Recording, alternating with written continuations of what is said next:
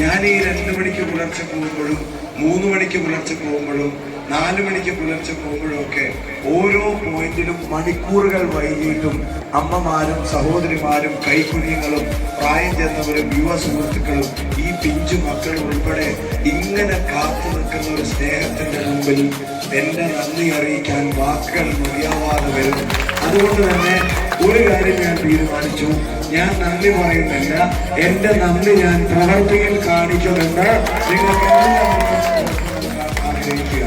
നിങ്ങൾ തരുന്ന ഒരു വോട്ട് കൊണ്ട്, നിങ്ങൾ തരുന്ന ഒരു അവസരം കൊണ്ട്, നിങ്ങൾ എനിക്ക് വേണ്ടി ചോദിക്കുന്ന ഒരു വോട്ട് കൊണ്ട് ഒരു കാര്യം ഞാൻ പറയാം, അതിന്റെ പേരിൽ നിങ്ങൾ ആരുടെ മുമ്പിലും തലകുനിച്ചു നിൽക്കേണ്ടി വരുന്ന ഒരു സാഹചര്യം ഞാൻ ഉണ്ടാക്കില്ല. ഈ നാടിന്റെ ഐക്യത്തിന് വിരുദ്ധമായ ഒരു നിലപാട് ഒരു കാലത്തും എന്റെ മുന്നിൽ ഉണ്ടാവില്ല. എന്റെ മുന്നിലേക്ക് വരുന്ന ഒരാളുടെ ജാതിയും മതവും നോക്കി ഇടപെടാൻ അവസാന ശ്വാസം വരെ ഞാൻ തയ്യാറാവില്ല എന്നുള്ളതും നിങ്ങൾക്ക് ഉറപ്പ് നൽകാൻ ആഗ്രഹിക്കുന്നു. അതുപോലെ തന്നെ നിങ്ങളുടെ സ്നേഹവും പിന്തുണയും കൊണ്ടുണ്ടാവുന്ന അസ്വസ്ഥതയിൽ നിന്ന് ഇല്ലാത്ത ചില കാര്യങ്ങൾ എന്റെ തലയിൽ കെട്ടിവെക്കാൻ ചില ശ്രമങ്ങളൊക്കെ ഇവിടെ നടന്നു. ഞാൻ വ്യക്തിഹത്യ നടത്തി രാഷ്ട്രീയ പ്രവർത്തനം നടത്തുന്ന ഒരാളല്ല. 22 കൊല്ലമായി പൊതുപ്രവർത്തനം തുടങ്ങി, 13 കൊല്ലമായിട്ട് അസംബ്ലിയിൽ പ്രസംഗിച്ചു, 15 കൊല്ലമായിട്ട് നവമാധ്യമങ്ങളിലുണ്ട്.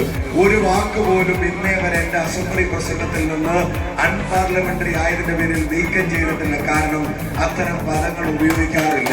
വടകരയിലെ ജനങ്ങൾ നൽകുന്ന സ്നേഹത്തിന്റെ പേരിൽ, വടകരയിലെ ജനങ്ങൾ നൽകുന്ന സ്വീകരണത്തിന്റെ പേരിൽ അവർക്കിടയിൽ എന്നോട് കുറച്ച് ഇഷ്ടമെന്തെങ്കിലും തോന്നിയിട്ടുണ്ടെങ്കിൽ അതില്ലാതാക്കാൻ വേണ്ടി നടത്തുന്ന എല്ലാ കുപ്രചരണങ്ങളെയും വടകര സ്നേഹം കൊണ്ട് തന്നെ തള്ളിക്കളയും എന്നുള്ള കാര്യത്തിൽ ഒരു സംശയമില്ല.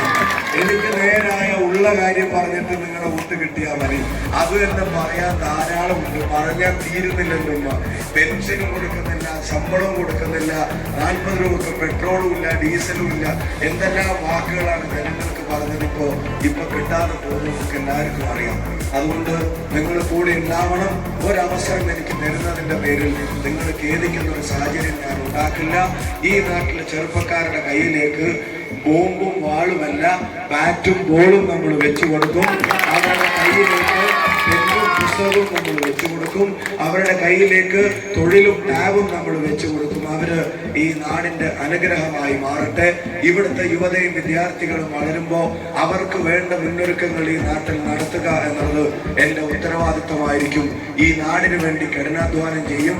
പാർലമെന്റിലേക്ക് തെരഞ്ഞെടുക്കപ്പെട്ടാൽ അവിടെ ചെന്ന് വാ തുറക്കേണ്ടടുത്ത് തുറക്കും, ചോദിക്കേണ്ടടുത്ത് ചോദിക്കും, പറയേണ്ടടുത്ത് പറയും, ചോദിച്ചു വാങ്ങേണ്ടടുത്ത് ചോദിച്ചു വാങ്ങുകയും ചെയ്യും. നിങ്ങളെല്ലാരും കൂടെ ഉണ്ടല്ലോ. ഇല്ലെങ്കിൽ ഈ നാട്ടിലേക്ക് കൂടെ വന്ന് നിൽക്കേണ്ട കാര്യമുണ്ടോ അല്ലേ? അതെനിക്കറിയാം. പിന്നെ ഒരു കാര്യം കൂടെ, 26-ാം തീയതി ഉച്ചക്ക് പോയി വോട്ട് ചെയ്യോ? അതറിയാൻ വേണ്ടിയാ ഞാൻ ഉച്ചക്ക് നിന്ന് പറഞ്ഞു നോക്കിയത്.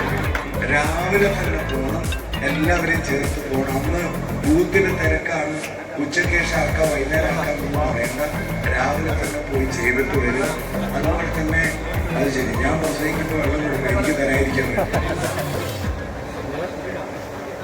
പ്രസംഗിക്കണോ വെള്ളം കുടിക്കണം, വേഗം കുടിക്കാം. അപ്പോൾ എല്ലാവരോടും ഒരു വാക്ക് എനിക്ക് വേണ്ടി പറയണം. ബന്ധത്തിലും കുടുംബത്തിലും പരിചയത്തിലും ഒക്കെ ഒരു വാക്ക് എനിക്ക് വേണ്ടി പറയണം, അതിനെ കുറിച്ച് പറയണം. നേരിട്ട് വേണ്ട കടവരക്കാരെ മുഖം കൊടുക്കാൻ പറയുന്നത് ഇത് ഞാൻ അങ്ങനെ ഉണ്ടെന്നല്ലോ. അപ്പോൾ എല്ലാവരും കുറിച്ച് പറയണേ, പറയോ? ഇനി എനിക്ക് 12-രുടെ മുമ്പിൽ ഒരു 15 കൂടി പോകാനുള്ളൂ. അത് കഴിഞ്ഞിട്ട് പിന്നെ 14 നേരം. ഇന്നും ഇവർ നേരം പഠിപ്പിക്കും. ഇന്നലെ അവരെനിക്ക് ഉച്ചഭക്ഷണം നോട്ടീസിൽ എഴുതിയത് 1:30, എന്നിട്ട് എനിക്ക് ഭക്ഷണം തന്നത് രാത്രി 8:15. പുലർച്ചെ 4 മണിക്കാണ് രാത്രിത്തെ ഭക്ഷണം തരുന്നത്. ഇത് കഴിഞ്ഞിട്ട് നിങ്ങൾ ഇലക്ഷൻ കമ്മിറ്റിക്കാരോടും ചോദിക്കണം, ഞങ്ങളുടെ സ്ഥാനാർത്ഥിക്ക് ഭക്ഷണം കൊടുക്കുന്നില്ല എന്നൊക്കെ ചോദിക്കണം. പോയിട്ട് വരട്ടെ എല്ലാവരോടും കേട്ടോ, പോയിട്ട് വരാം.